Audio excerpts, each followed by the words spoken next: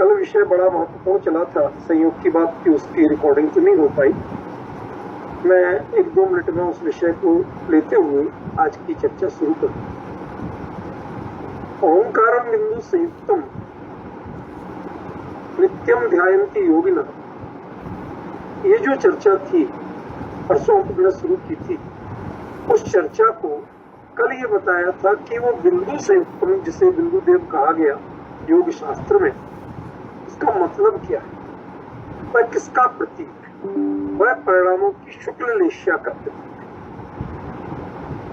अब उसके बारे में विस्तार से चर्चा कल की थी, रिपीट करना उचित नहीं है क्योंकि श्रोता लगभग सब वही है, सबको पता है।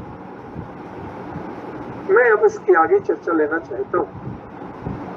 वो ये कि क्यों तो शुक्ल लेश्या चाहते भी हुए नहीं होती है और किनके वैसी प्रणति करते नहीं करते हुए भी हो जाती।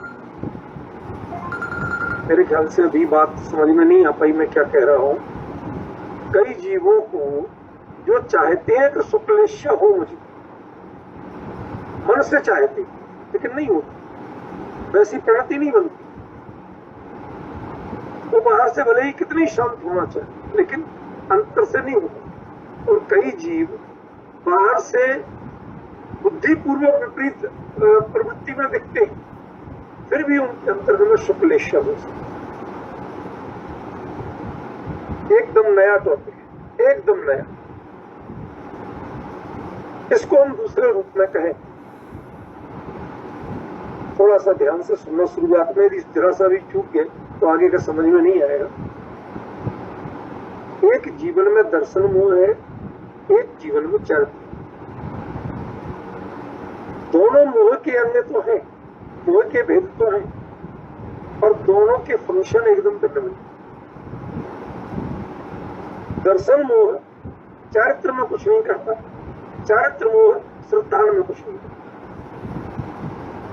लेकिन दोनों का इफेक्ट एक दूसरे पर पड़ता है। जैसे कोई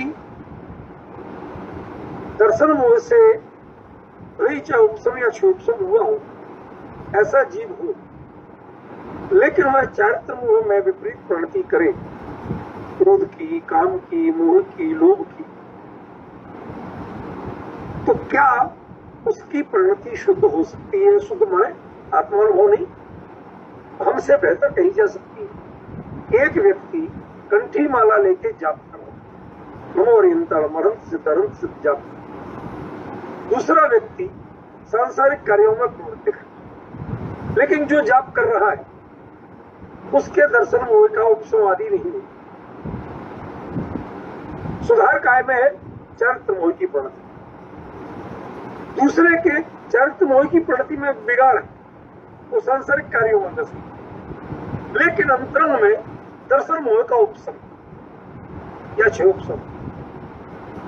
मैं मुद्दा ये उठाना चाहता हूं कि दो में से किसकी प्रणति बेहतर है। हम ये मानते हैं हमारी सारी कमी है, बड़ा भारी दोष हमारे में है, और वो क्या है?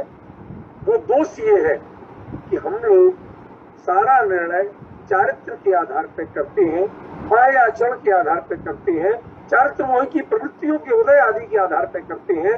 हम श्रद्धा के आधार पर निर्णय नहीं करते। आज एक व्यक्ति बहुत सही हो, लेकिन जरा गुस्सा कर दे तो आप लोगों के ऐसा में ऐसे ही है। चरित्र मोह के उदय से सुबह दर्शन करके मंदिर से चला जाए, प्रक्षाल पूजन वाले भाई साहब ऐसे थोड़ा तो दुकान धंधा प्रकृति क्या रही। अरे हमने सारा निर्णय का आधार क्या माना? एक ने बहुत अच्छी तत्व चर्चा की, लेकिन एक दूसरा ब्रह्मचारी या थोड़े से संयमी टाइप का है। अब सच बताओ, वही बात यदि वो कहेगा तो श्रोता अधिक होंगे, वो तालियां अधिक होंगी। मुझे किसी से तकलीफ की बात नहीं कर रहा हूं, एक साइकोलॉजी की बात। हमारा मनोविज्ञान क्या है, हमारी मानसिकता क्या है, हमारी सोच क्या है। हमारी सोच में चारित्र मोह की महिमा बसी हुई है। यदि वह बिगड़ा हुए रूप में आता है तो उसे बिगड़ा कह देते हैं, यदि वो थोड़े परिष्कृत रूप में आता है तो उसे सुधार। अंतरंग श्रद्धा की प्रणति को कोई नहीं, उस पर विचार कोई नहीं करता। यदि इस पर विचार करने लगे तो आप चारित्र मोह की प्रणतियों से बहुत विचलित नहीं। ये नहीं कि उसका आदर करोगे, मैंने क्या कहा, उससे बहुत विचलित नहीं। फॉर द एग्जाम्पल मैं एक चीज और बताऊं, ये विषय प्रॉपर लेवल पे आने में थोड़ा सा समय लगेगा क्योंकि मुझे पीठिका बनाना, तो मैं स्टेप बाय स्टेप चलूं।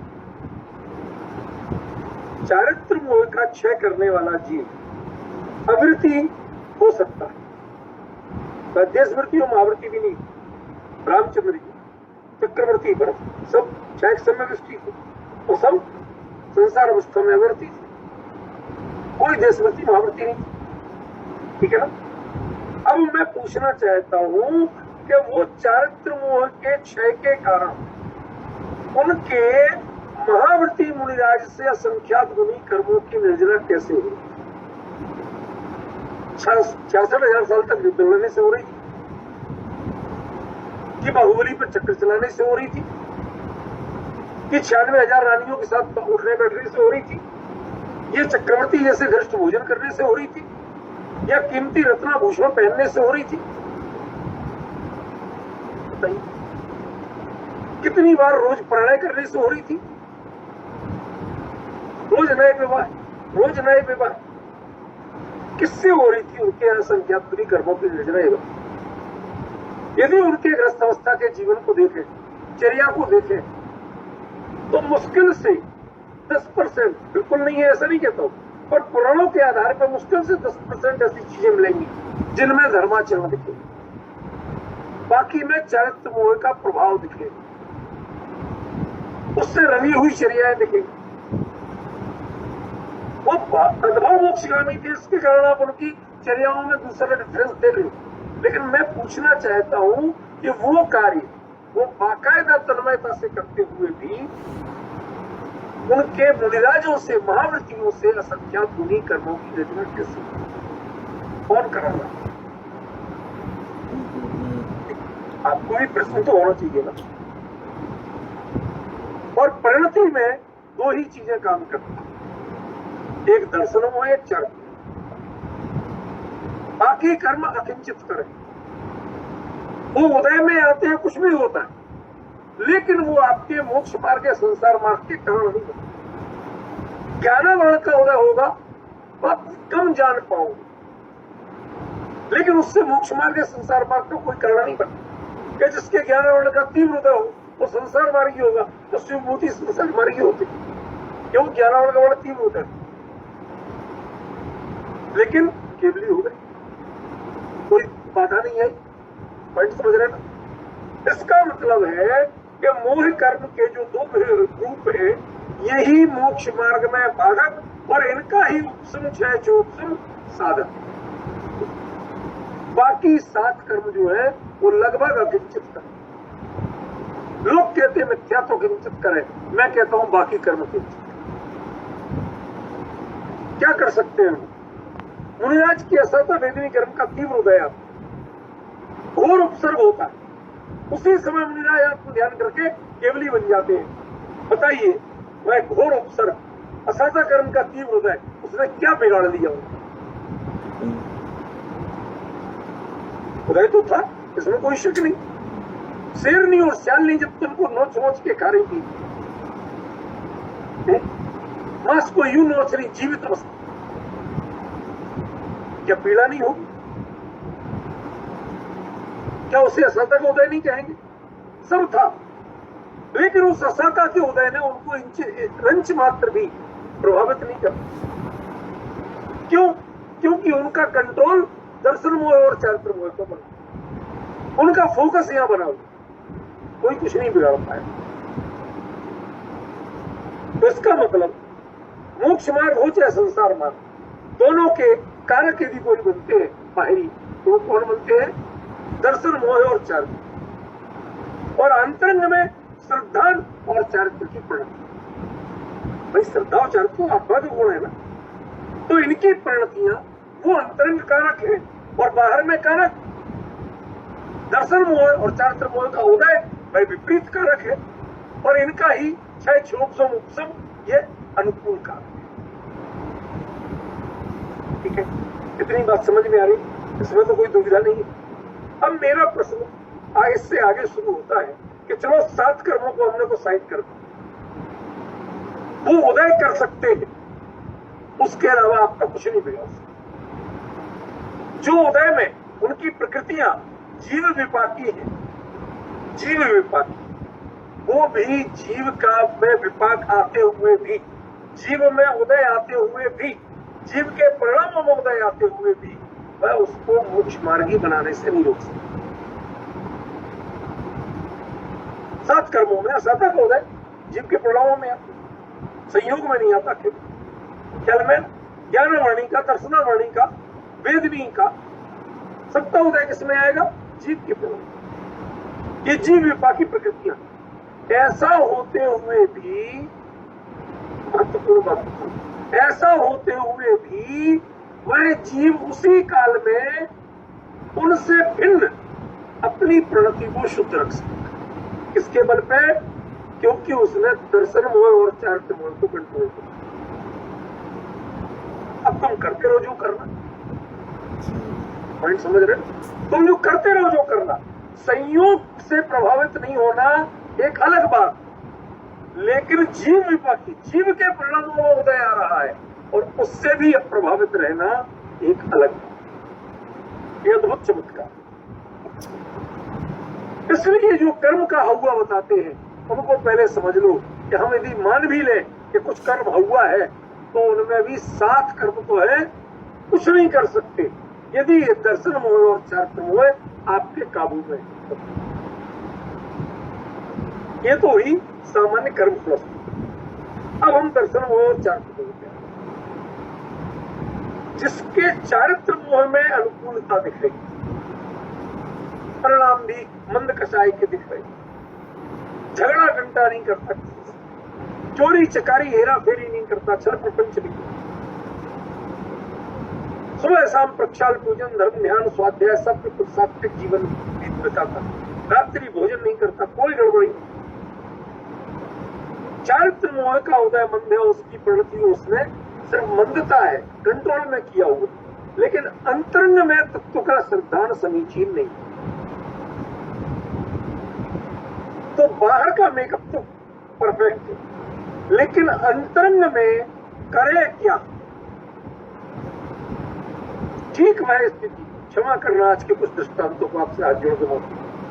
ठीक स्थिति उसकी वही है जैसे कोई लेडीज हो या जेंट्स, वह शादी पार्टी के लिए तैयार होता है, और शादी पार्टी अचानक कैंसिल हो जाए तो उस मेकअप का और ड्रेसअप का वह करे क्या?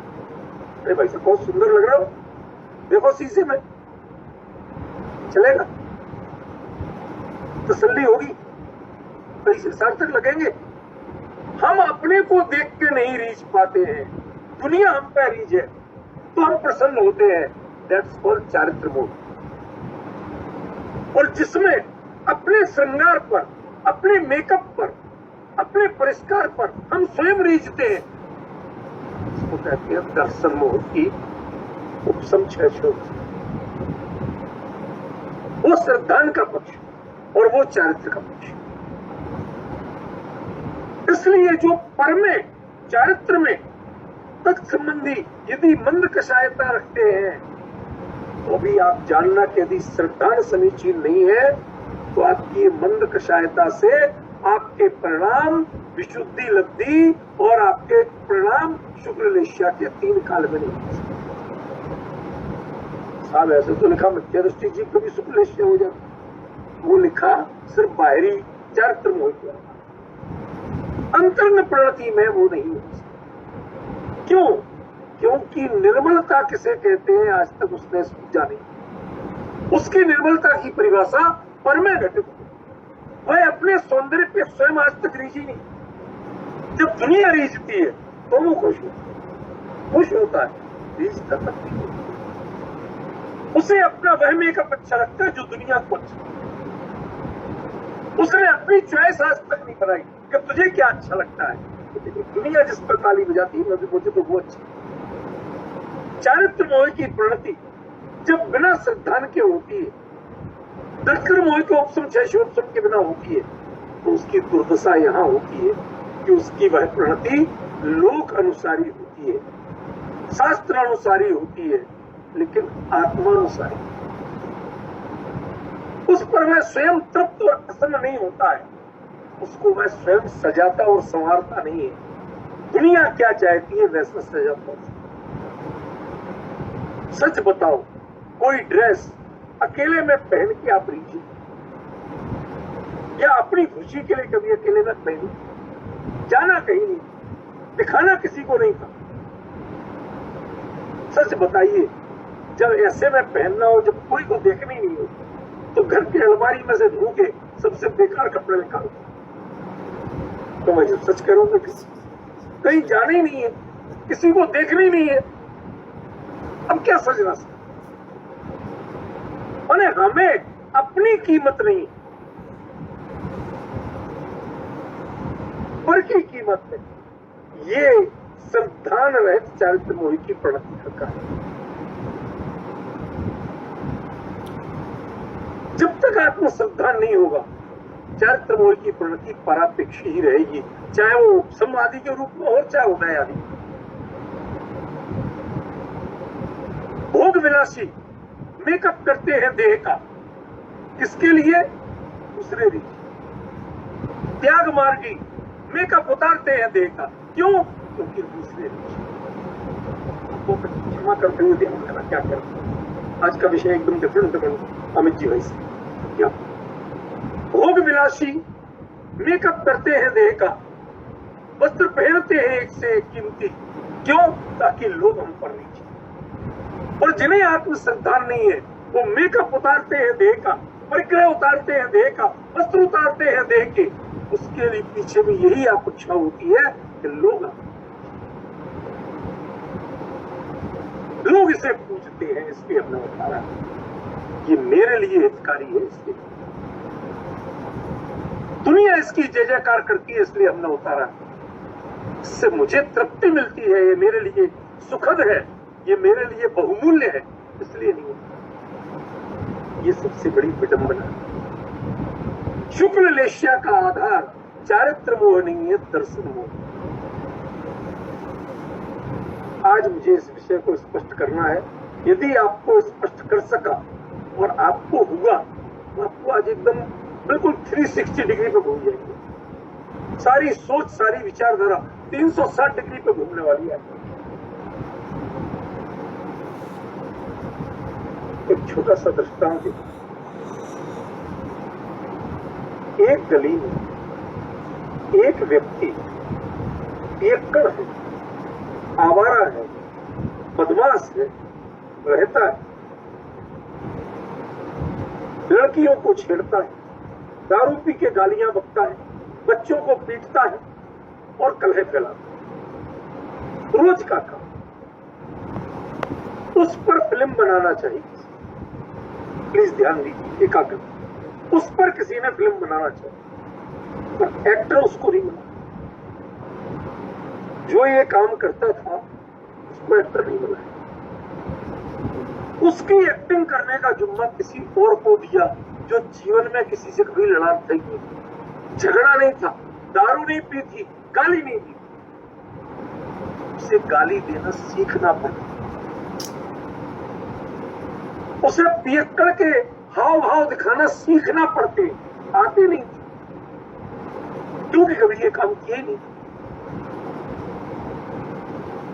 अब उसने वो काम वैसा है, उसके लिए मूवी भी देखता है दूसरों की, पियक्कड़ के कैसे एक्शन, उनको धीरे धीरे सीखता, उतारता, और फिर वो बड़ा परफेक्ट एक्टिंग करता है। पियक्कड़, आवारा, बदमाश, परफेक्ट एक्टिंग करता। लेकिन उसी वह एक्टिंग करते हुए वही शब्द एक आवारा बोल रहा है और वही शब्द एक एक्टर बोल रहा है, जिसने वैसी प्रणति कभी नहीं रखी, वैसी मान्यता कभी नहीं रखी, उन कार्यों पर श्रद्धान कभी नहीं रखा, वो बोल रहा है। मैं आपसे पूछना चाहता हूं, दोनों में पाप बंद किसकी? वीडियो बनाई है, दोनों में कोई अंतर नहीं, बल्कि ये ज्यादा बदमाश दिखता जो एक्टिंग वाला है, क्योंकि वो तो सीख सकते, समझदार है ना। तो तुम इतना करोगे, वो इतना करके बताइए, समझ। लेकिन उसी समय डॉक्टर साहब ठीक किया था ना, कुछ कमी तो नहीं रही, पक्का बदमाश दिख रहा था ना। हाँ बिल्कुल बदमाश। जब वो उससे पूछ के बदमाशी का प्रमाण पत्र लेता है, उसी समय प्रति समय उसकी प्रणति उसको गायक बन के देखती है। एक क्षण भी उन परिणामों में वो तन्मय नहीं होता, उनको आदर्श नहीं मानता, उनमें रुचि नहीं लेता, बल्कि उसको ग्लानि अंतर में बढ़ती है कि मुझे ये काम करना पड़ा। ये है श्रद्धा और चारित्र की फिल्म। वो उसी समय ऐसे शब्द बोलते हुए भी वह अत्यंत सभ्य हो सकता है। क्यों? क्योंकि ऐसे शब्द उस एक्टर जिसका चरित्र निभा रहा है और उसके बोल रहा है, ये शब्द उसके खुद के नहीं, ये मानसिकता उसकी खुद की नहीं है, इस पर उसकी श्रद्धा है ही नहीं। डिफरेंस। इसीलिए वो कार्य करते हुए भी अंतरंग प्रणति उसमें तन्मय नहीं होने के कारण उसी समय उसकी अंतरंग प्रणति शुक्र लेशिया जैसी हो सकती है और बहिरंग प्रणति पीत पद्म लेशिया जैसी। ध्यान रखना, मैंने कृष्ण आदि नहीं कहा। क्यों? क्योंकि कृष्ण होने के लिए उसे असली दारू लेना पड़ेगी, तो वो रंगीन पानी नहीं है। डिफरेंस समझ रहे? शब्दों को मैं बहुत चुन के बोलता हूं, आप एकदम से मेरे क्रॉस नहीं लगा सकते। कापोत नील और शुक्ल, ये कृष्ण, ये नहीं कहा मैं। वह शुक्ल तो नहीं है, लेकिन पीत पद्म। क्यों? क्योंकि कलर तो दिख रहा है, लेकिन कलर में वस्तु और प्रभाव वैसा नहीं। वह अपने हाव भाव में प्रभाव दिखा रहा है, लेकिन वह उससे प्रभावित नहीं। ऐसा शब्दों पे दिख रहा है, प्रभाव दिखा रहा है, दिख नहीं रहा है, दिखा रहा है, जानबूझ के दिखा रहा है, लेकिन उससे वह स्वयं प्रभावित नहीं। क्यों? क्योंकि उसके बाद भी वो कान पकड़ता है, अड़बोकार मंत्र पड़ता है, भाई साहब कर लिया, अब दोबारा नहीं करना पड़े ऐसा रोल। जिसमें दुनिया ताली बजाती है, उससे वह स्वयं प्रभावित। वो अपनी एक्टिंग से प्रभावित हो सकता है, लेकिन कैरेक्टर से प्रभावित नहीं। क्या कह रहा हूं? एक्टिंग से प्रभावित हो सकता है, लेकिन कैरेक्टर से प्रभावित। एक्टिंग से प्रभावित होना ये संतान का पार्ट, और कैरेक्टर से प्रभावित होना ये चारित्र का पार्ट।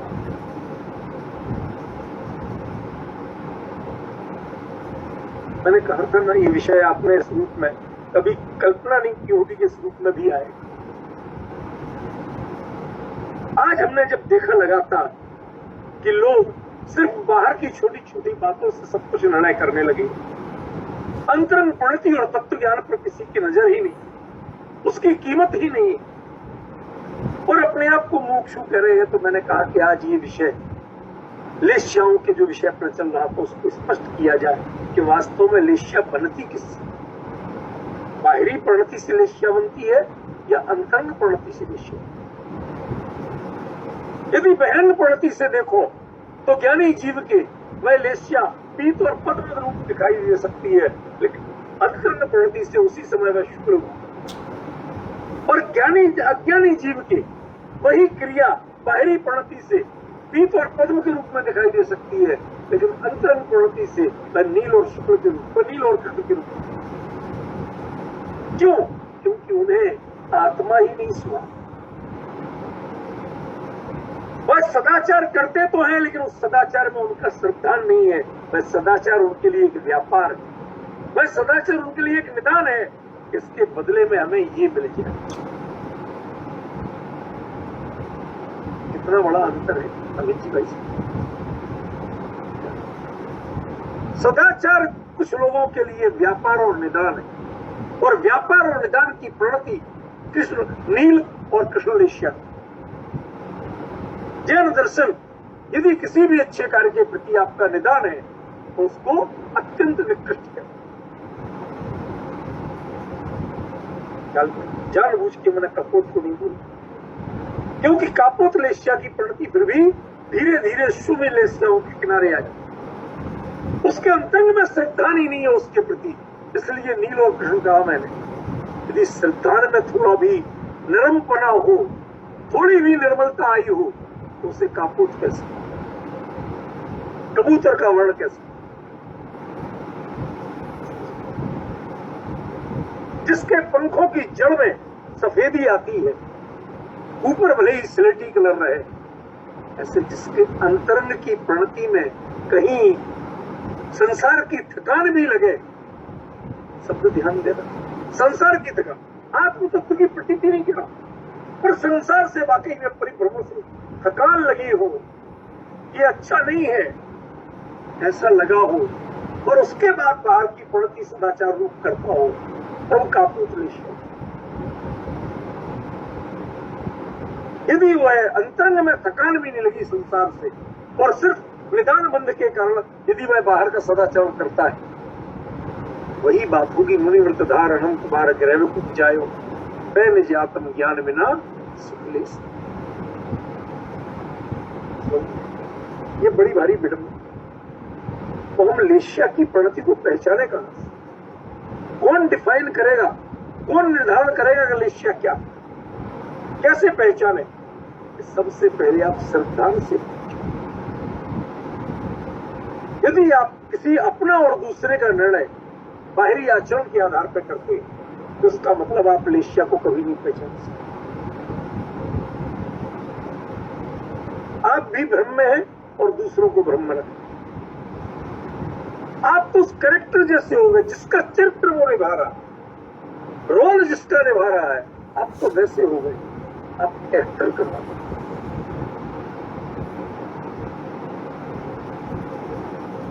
आपके व्यक्तित्व पे प्रभाव दिखना चाहिए, लेकिन आपकी प्रणति उससे प्रभावित नहीं होनी चाहिए। इस शब्द जरा नोट कर लेना, मुझे भी बाद में याद नहीं रहे। कई बार चारित्र मोह का उदय हो, परिस्थितियां ऐसी हो, अच्छे से अच्छा व्यक्ति, वह भी उसे आजीविका चाहिए, पैसा चाहिए, क्या करें, एक्टिंग के अलावा कुछ है नहीं। अब इसमें अच्छा पैसा पेमेंट निर्माता निर्देशक दे रहे थे, कर लिया, कमजोरी है, अच्छाई नहीं, कमजोरी है, लेकिन कमजोरी के बाद भी वो कमजोर बना। उसने अपने रोल में प्रभाव जान डाल दी है, लेकिन उसके बाद भी वह उससे प्रभावित हुआ। ये प्रभावित नहीं होना, निदान नहीं करना, बाहर का आचरण सुधार के निदान करना, इसके मुकाबले निकृष्ट कार्य। लेकिन हम किस पर प्रभावित होते हैं? सिर्फ बाहरी आचरण, सिर्फ बाहरी संयोगों पर, सिर्फ बाहरी परिस्थितियों पर, सिर्फ बाहरी व्यवहार पर। अंतरंग प्रवृत्ति को विचार करने को कोई तैयार नहीं। ये अंतर हमें गहराई से समझना। जैसे उस जीव के उसी समय वो पीले से रंग के बोतल शराब की, और उस समय पीला रंग जो भरा हुआ है, तो बेचारा अपने घर से पीस के लाया था। पीस आपको सही रखना बता, आदरणीय बाबूजी युगल जी साहब आज से लगभग मेरे ख्याल से 25 साल से भी ऊपर हो गए, ज्यादा ही हुए। तब गुरुदेव की जयंती के उपलक्ष्य में उनको बुलाया गया था मुख्यमंडल की ओर से। उन दोनों में मुख्यमंडल का मंत्री हुआ करता था। बुलाया गया तो पधारे, और दरियागंज बालाश्रम में उन्होंने गुरुदेव के ऊपर जो बोले, इसके बाद लोगों के मतलब कानों की कीड़े जल गए। ऐसी हालत हो गई कि जो दुर्विरोधी थी वो कहते आज तक हमने जाना नहीं था कि गुरुदेव ने बहुत अच्छा। उसी क्रम में मैं एक छोटे से फ्लैट में रहता था, उसमें वो पधारे, ज्ञानचंद जी थे और वो थे, दोनों जन पूरे दिन रुके। गर्मी के दिन थे अच्छे खासे, तो उनकी जयंती तो गर्मी में ही आती। अब मजे की बात देखना, उसमें भोजन आदि के बाद बाबूजी ऐसे विश्राम करने लगे, बातें कर रहे थे अधलेटे से। बात करते करते हमें लगा कि मैं कुछ करूं, पर करूं क्या। तो उन दिनों मुझे कुछ शौक थे ऐसे कि मैं खारी बावली से केसर, इलायची और खस की जड़ें और चंदन का शुद्ध पाउडर, ये चीजें लाता था और इनको उबाल के कुछ कर करके इसके घरेलू शरबत बना ताजे ताजे, और वो फ्रिज में रख लेता था। बाजार के नहीं, अपने हाथ के बने, अपने घर के वो लेता। तो वो बना के रखे थे ताजे एक ही दिन पे। तो बाबूजी से पूछो, तो वो कहते इतना सा दें। ठीक है बाबूजी, इतना सा दें। अब वो जो दिया, देख ये तो बाजार जैसा लग रहा है कि बाबूजी घर में बनाए। लिया, की बड़ी विचित्र मोहक प्रवृत्ति थी। मैं उसके अंदर की लेश्या को बताना चाहता। इसे फिर नालायक, क्या मेरे से मंगवाएगा क्या? अपने आप नहीं दे सकता। मैंने कह दिया था एक बार थोड़ा सा देना, इसका मतलब क्या होगा? दोबारा नहीं देता। अब मैं पूछना चाहता हूं कि इन शब्दों में कितनी खुशी होगी जो हृदय को जानेगा, कितनी गुस्सा आएगा जो शब्दों को पकड़ेगा। मैंने लेश्या का अंतर बताने के लिए दृष्टांत दिया है, और कुछ बताने के लिए नहीं। शब्दों को पकड़ेगा उससे गुस्सा आएगा, और जो भावों को पकड़ेगा उससे खुशी होगी। कह रहे बाबूजी ने कितने प्यार से, समझ गए? यदि आपके साथ घटित होता तो आपको भी कितनी खुशी हो रही होती, कितना प्रमोद भाव जग रहा होता।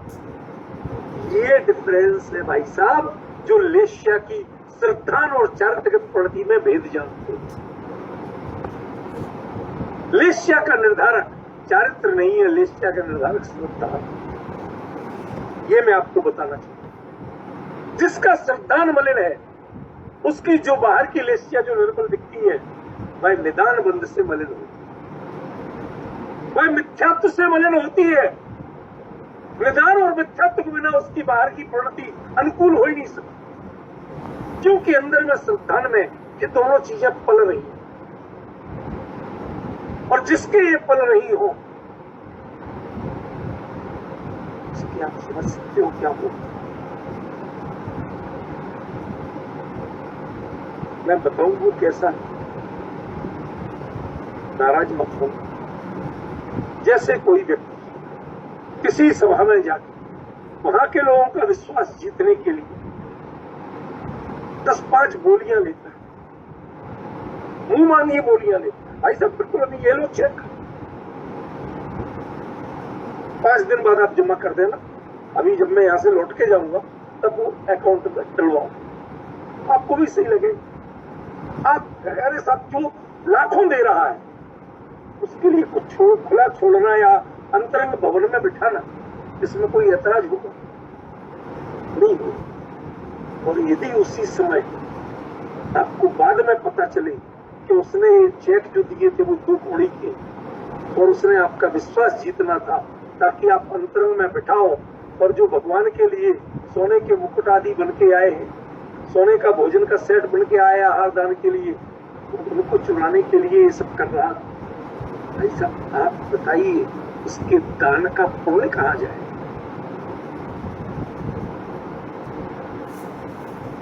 जिसके दान में निदान बसता हो, शब्द ध्यान दीजिए, कभी कभी ही निकलते, जिसके दान में निदान बसता हो उसका दान कभी दान रूप नहीं हो सकता। ऐसी जिसके सदाचार में निदान और मिथ्यात्व की कालिमा बसती हो, उसकी लेश्या कभी शुक्र नहीं हो सकती। इसलिए बाहर की परिणति में चारित्र की परिणति यदि चारित्र मोह के उदय से रंजित है तो भी आपको लेश्या का निर्णय, आपको उसके मोक्ष मार्गता का निर्णय उसके अंतरंग बिंदु देव लेश्या के आधार पर करना पड़ेगा, बाहरी परिणति के आधार। अंतरंग में उसी समय शांत है जैसे वो पियक्कड़ का रोल करते हुए भी अपने आप मन में कभी कभी मुस्कुराता है। अरे मैं पी के लड़खड़ाने वाला कर रहा हूं, या तो एक केसर का पानी, केसर के पानी में तो नशा होता ही नहीं, और मैं नशा करके दिखा रहा हूं। अपने आप पर हंस दिया, अपने आप पर करुणा होती है। कदाचित मुझे थोड़े से पैसे का लोभ नहीं होता तो ऐसा कैरेक्टर मैं करूं। ये चारित्र मोह का उदय आपके टाले नहीं टलता है, अंतरंग की विशुद्धि बढ़ने पर स्वयं टलता है। उसके लिए अंतरंग की विशुद्धि बढ़ना चाहिए। बाहर का मेकअप बदलने से चारित्र मोह का छीनता आपको नहीं। आज विडंबना ये है कि बाहर का मेकअप बदला जाता है, अंतरंग की विचारधारा नहीं होती। ये सबसे बड़ी विडंबना। कोई निर्णय करने को तैयार नहीं, कोई विचार करने को तैयार नहीं। हमें जब जब अपने आप को अच्छा दिखाना होता है, हम चारित्र में सुधार करते हैं। कपड़े बेहतर पहनने लगेंगे, सात्विक पहनने लगेंगे, आसन लगा के बैठने लगेंगे, हाथ जोड़ के बैठने लगेंगे, आंखें बंद करने लगेंगे, सब कुछ करने लगेंगे। उपयोग को क्या अपने स्वरूप में समेटा विकारों से? क्या श्रद्धान को बदला कि हम जो आचरण कर रहे हैं, हम जो भक्ति कर रहे हैं, उस भक्ति के पीछे मेरे वासनाओं का जाल तो नहीं फैला हुआ? मैं मेरे मन में भोगों की आकांक्षा रूप निदान तो नहीं बस पाऊंगा? यदि आपने नहीं पहचाना, इसकी कोशिश नहीं की, तो तय जानना बदलो कोई फायदा नहीं है इसका। उसका परिणति उसी समय कृष्णवेश्या जैसी है, से लाखों का दान देने वाला मैं भगवान के हार मुकुट और चाहे सोने का सेट जो हार दान का है वो चुराना चाहिए। पर बदले में थोड़े से त्याग के बदले में स्वर्ग के वैभव चाहे, ऐसा निदान करने वाला, ऐसे पुण्य फल की आकांक्षा करने वाला कभी भी शुक्ल लेशिया वाला नहीं हो सकता। वो मोक्ष मार्ग नहीं कर सकता। वह ओंकार बिंदु संयुक्तम नित्यम ध्यायन्ति योगिनः, वह उसका नित्य ध्यान नहीं कर सकता। जोर तो लगाएगा, ऐसे आंख बंद करके बैठ जाएगा, जी नहीं। उसमें ललाट में, ललाट माने इस पर कभी सलवट नहीं पड़ती। ध्यान मुद्रा में ललाट में सलवट नहीं पड़ती है, लेकिन जो जोर लगा के दिखाना चाहता है उसके सलवट पड़े बिना नहीं होती। फ्रेंड्स ख्याल में है। अन्य मतियों में एक बड़ा विचित्र परंपरा का रूप, कभी आपने देखा होगा कुछ लोग ऐसे 3 लाइन चंदन लगाते, कुछ लोग ऐसे 3 लाइन लगाते।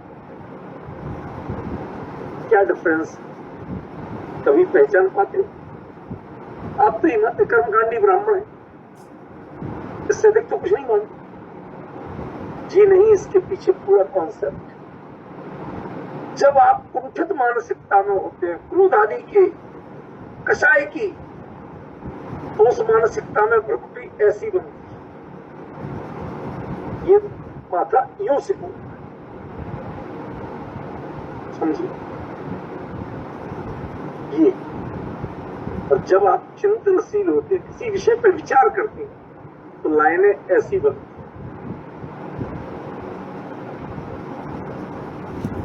तो उसके प्रतीक होते।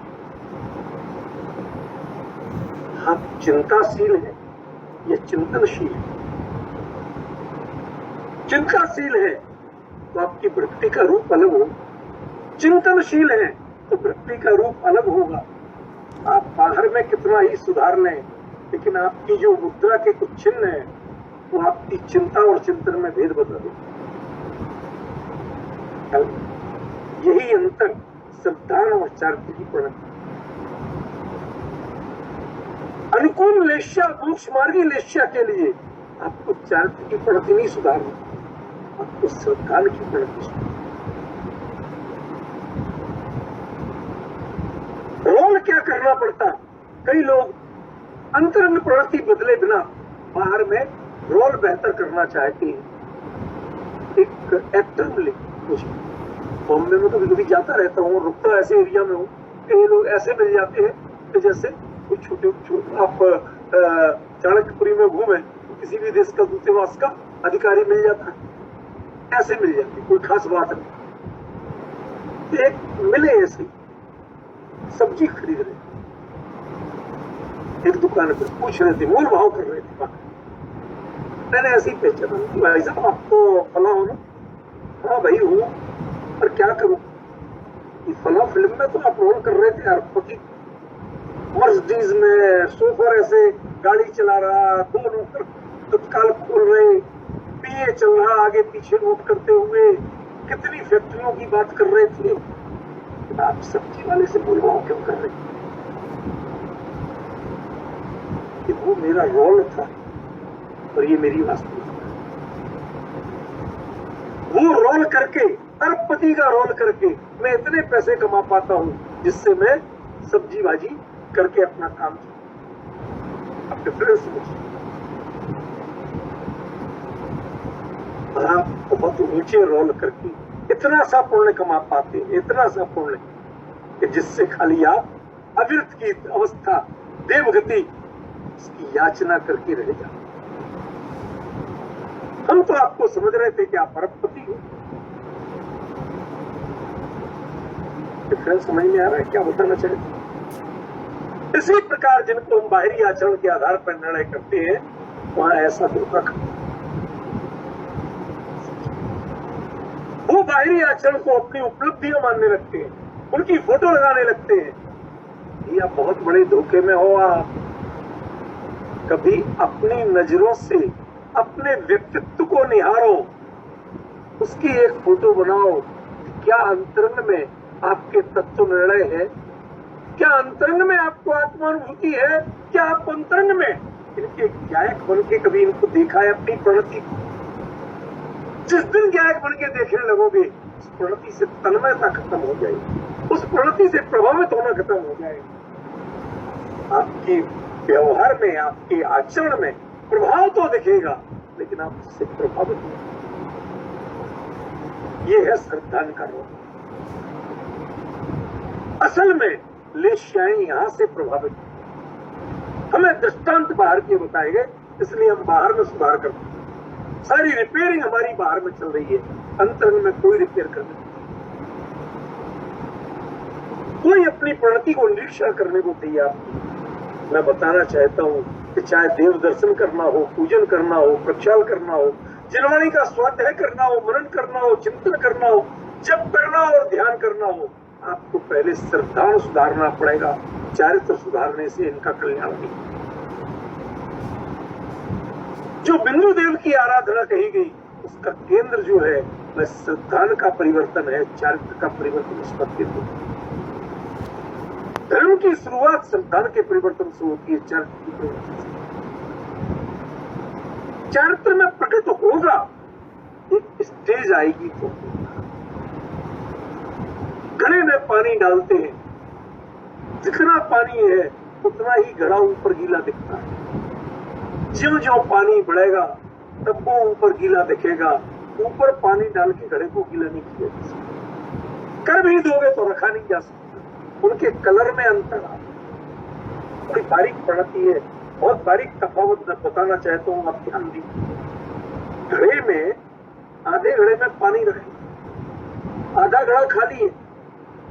अब आपको पूरा गीला दिखाना, ध्यान दीजिए, बहुत बारीक अंतर है। पूरा गीला दिखाना था तो आपने ऊपर से चारों ओर पानी डाल,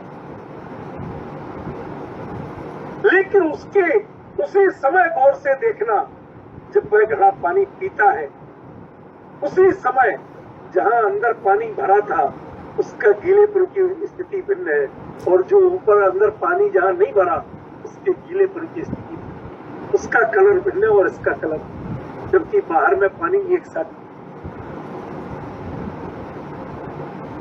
इस अंतर को जो पहचान सके वह लेश्या के मर्म को पहचान सके।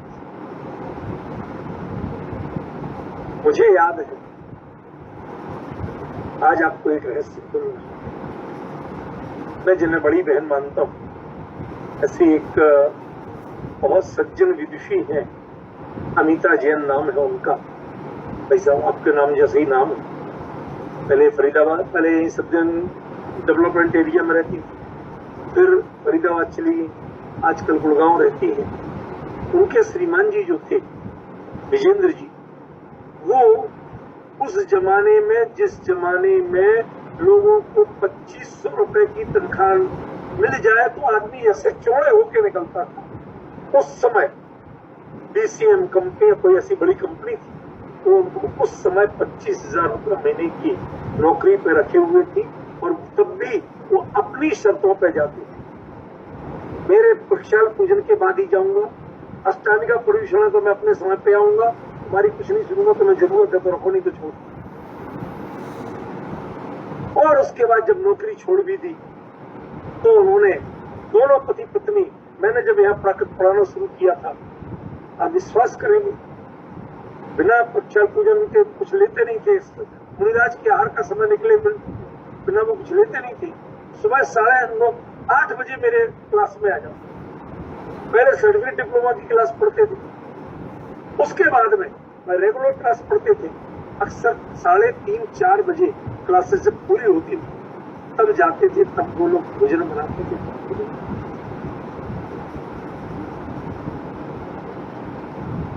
बहुत अच्छी विदुषी, मैं उनको स्मरण इसलिए कर रहा हूं जो एक प्रकरण चल रहा था, इस प्रकरण के लिए तो बड़ा सटीक दृष्टि, उन्होंने अपने जीवन में कई बार करके दिखाया कि इन चीजों को जो मैंने करते हुए भी मैं इससे अत्यंत भिन्न, उनमें तन्मयता नहीं रखी, उनसे आशा नहीं रखी। आज हम जरा सा काम करते हैं पीछे, हमें इतना मिलना चाहिए आशा। वो कहती थी कि सुदीप जी आप कह देते हैं, आपसे हमें बहुत आनंद मिलता है। वही पढ़ाती थी मुझे, छोटा सा मानदेय मिलता था, वो भी लोगों ने नहीं दिया। अत्यंत सहज, बहुत पढ़ाते रहते। उन लोगों से हमने बहुत सी चीजें सीखी, उनसे समझा कि वास्तव में आप अनासक्त कैसे हो सकते। अनासक्ति दिखाना और अनासक्त होना, इन दोनों में बहुत बड़ा। जो दिखाएगा वो अनासक्त होता नहीं है, और जो होता है उसे दिखाने की जरूरत नहीं।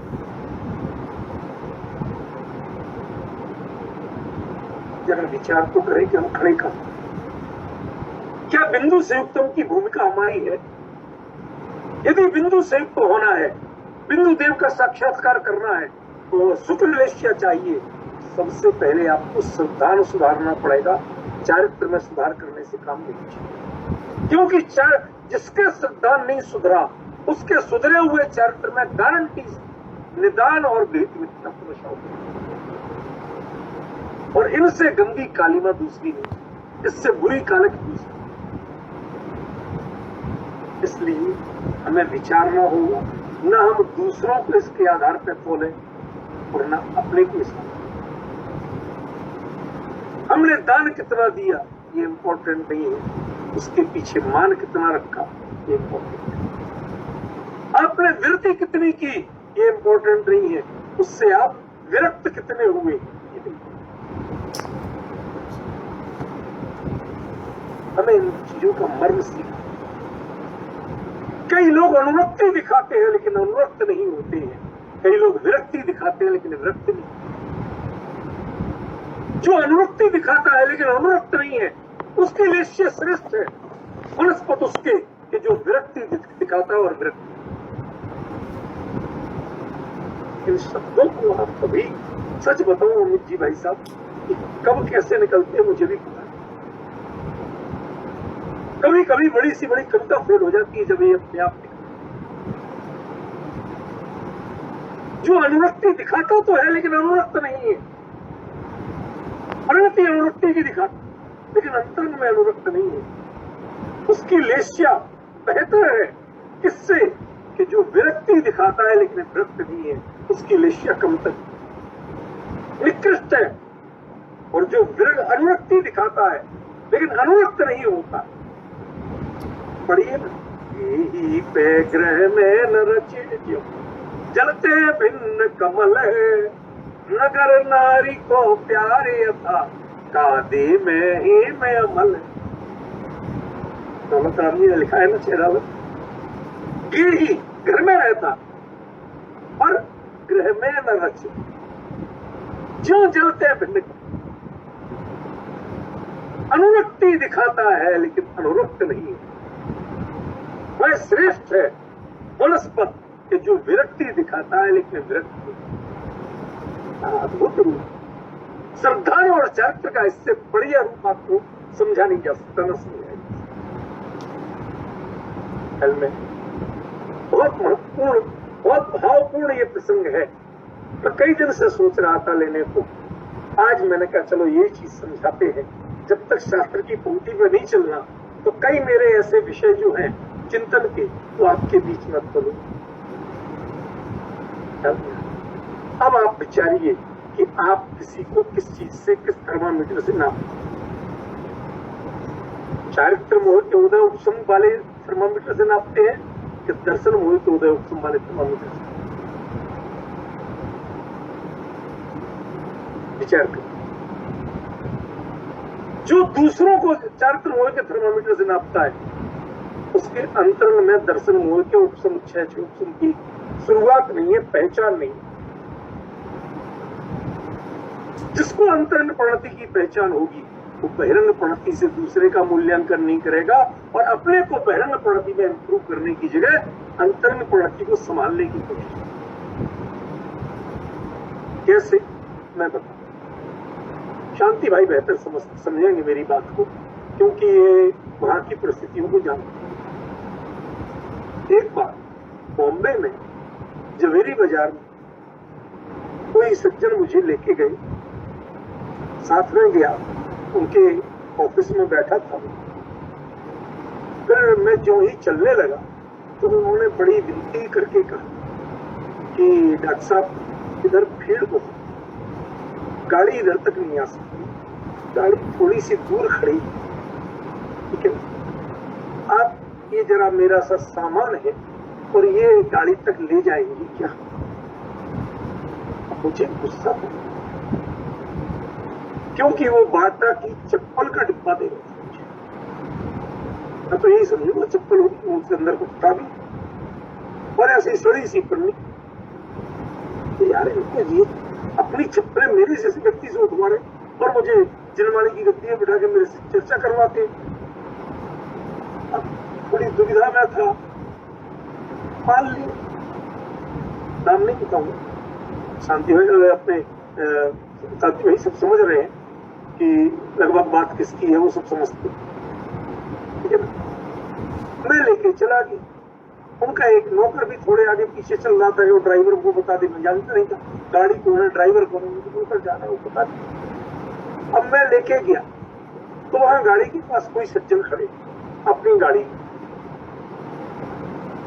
वो मैंने देखा, मैं आश्चर्यचकित रहा कि उन्होंने जो ही बताया कि साहब आप डॉक्टर साहब उनको दे दो, तो मैंने वो चप्पल का पैकेट उन्होंने बड़े उससे लिया अपने बैग के अंदर, ब्रीफ केस में पूरा चप्पल का पैकेट, बहुत बड़ा थैंक्स कहा साहब, और पहुंचे का पसीना पहुंचा, अपनी गाड़ी में बैठ कर चल दी, मैं इनकी गाड़ी में बैठ के चल दी, और मेरे मन की दुविधा खत्म नहीं। मैं जब वो घर पे आए थोड़ी देर में, भोजन था शाम का, मैंने कहा भाई साहब आपने ये अच्छा नहीं किया। क्यों? कि आपको चप्पल लेने के लिए नहीं मिला था? अरे मेरे को शास्त्र देते ले जाने के लिए, तो मुझे बोझ नहीं लगता। कहते डॉक्टर साहब क्या बताऊं, मेरे हर व्यक्ति को यहाँ के हर उचक्के जानते, मुझे जानते, मेरे हर व्यक्ति को जानते, और इस एरिया में ढंग की चीज लेके कोई निकले उसे और ज्यादा जानते हैं। आप सादा कपड़े पहली बार आए थे, सिंपल रहने वाले, तो यही समझेगा फुटपाथ से चप्पल खरीदी होगी, ले जाना तो उस पर नजर नहीं डालेगा। तो उसके अंदर उस समय के कहते वो 5 लाख, ये बात आज से लगभग 40 साल पुरानी। अब डिफरेंस में उस जमाने में 5 लाख माने क्या होते थे आप समझ सकते हो आज के जमाने के साथ। 5 लाख रुपए थे, उस व्यक्ति तक पहुंचाना थे, तो बड़ी देर से दुविधा में था कि इस भीड़ में गाड़ी आ नहीं सकती, ना उसकी ना मेरी, और वहां तक पहुंचाऊं कैसे, और हमारा आदमी भीड़ में लेके निकलेगा या मैं निकलूंगा, तो वो कोई भी झपट के ले जाएगा, बचेंगे नहीं। आपको देख के लग रहा था कि आपको चप्पल का पैकेट पकड़ा है, आपको बुरा लग रहा, और हम अपने मन में सोच रहे थे कि हमने 5 लाख रुपए पकड़े।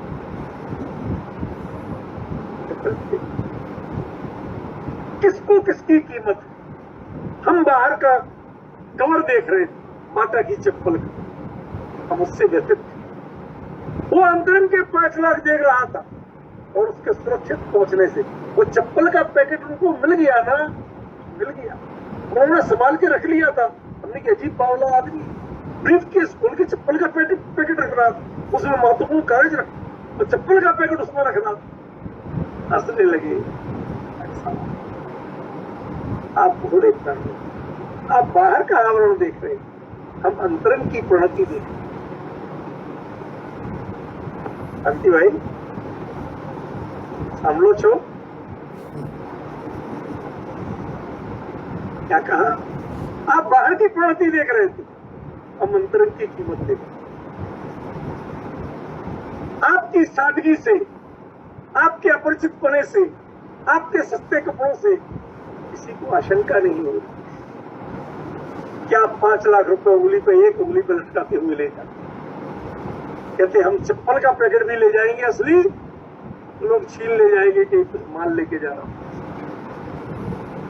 बाहर की प्रणति से हम कीमत करने लगते हैं, अंतरंग की प्रणति को नहीं पहचानते हैं। विडंबना, बड़ी भारी विडंबना।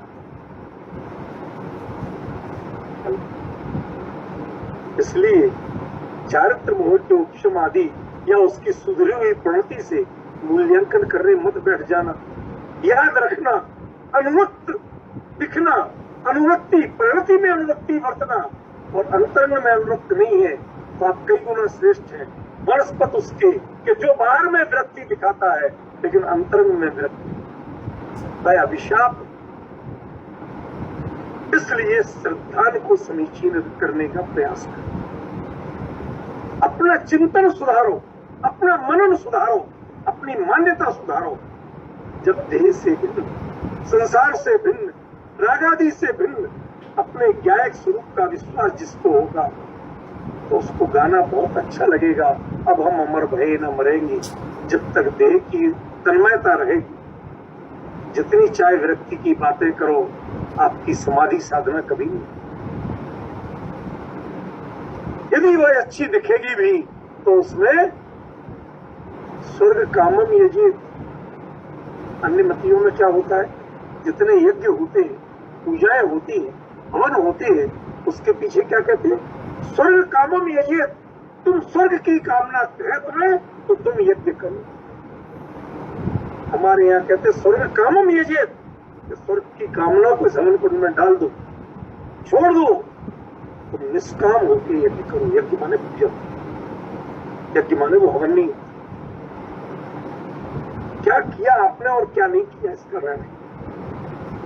यह वाक्य अत्यंत महत्वपूर्ण कि जो अनुवृत्ति दिखाता है लेकिन अनुरक्त नहीं होता है वह श्रद्धान का समीचीन है, और जो विरक्ति दिखाता है लेकिन विरक्त नहीं होता है वह श्रद्धान का विपरीत है।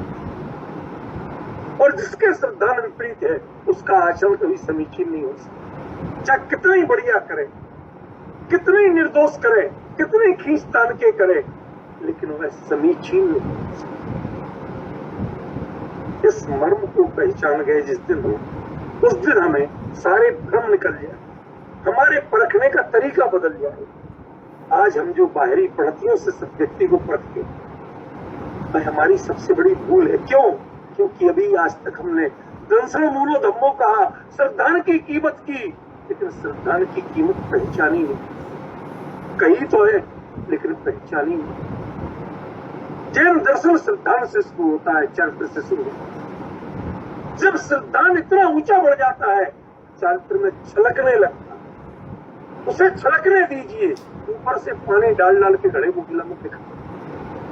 कितनी देर गीला रहेगा, और जितनी देर गीला रहेगा उतनी देर जिनके पानी अंदर भरा है और जिन्होंने ऊपर से गीला किया है दोनों के गीलेपन में अंतर दिखेगा। समझदार जानते हैं दुनिया में किसी की तिरछी नजरों के शिकार बनो, इससे अच्छा है कि कवि लिखते हैं ते भमुआ खग्ग निवाड़ी नियमती शीशम अपेक्षी।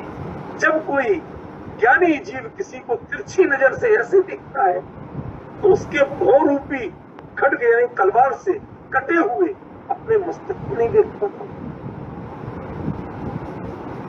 तुमने अपना समीचीन आचरण नहीं किया है, ज्ञानियों ने तुम्हें परख लिया है कि तुमने अनुरक्ति दिखाई लेकिन अनुरक्त नहीं हुए वो श्रेष्ठ है, लेकिन तुमने विरक्ति दिखाई लेकिन विरक्त नहीं हुए तो निकृष्ट।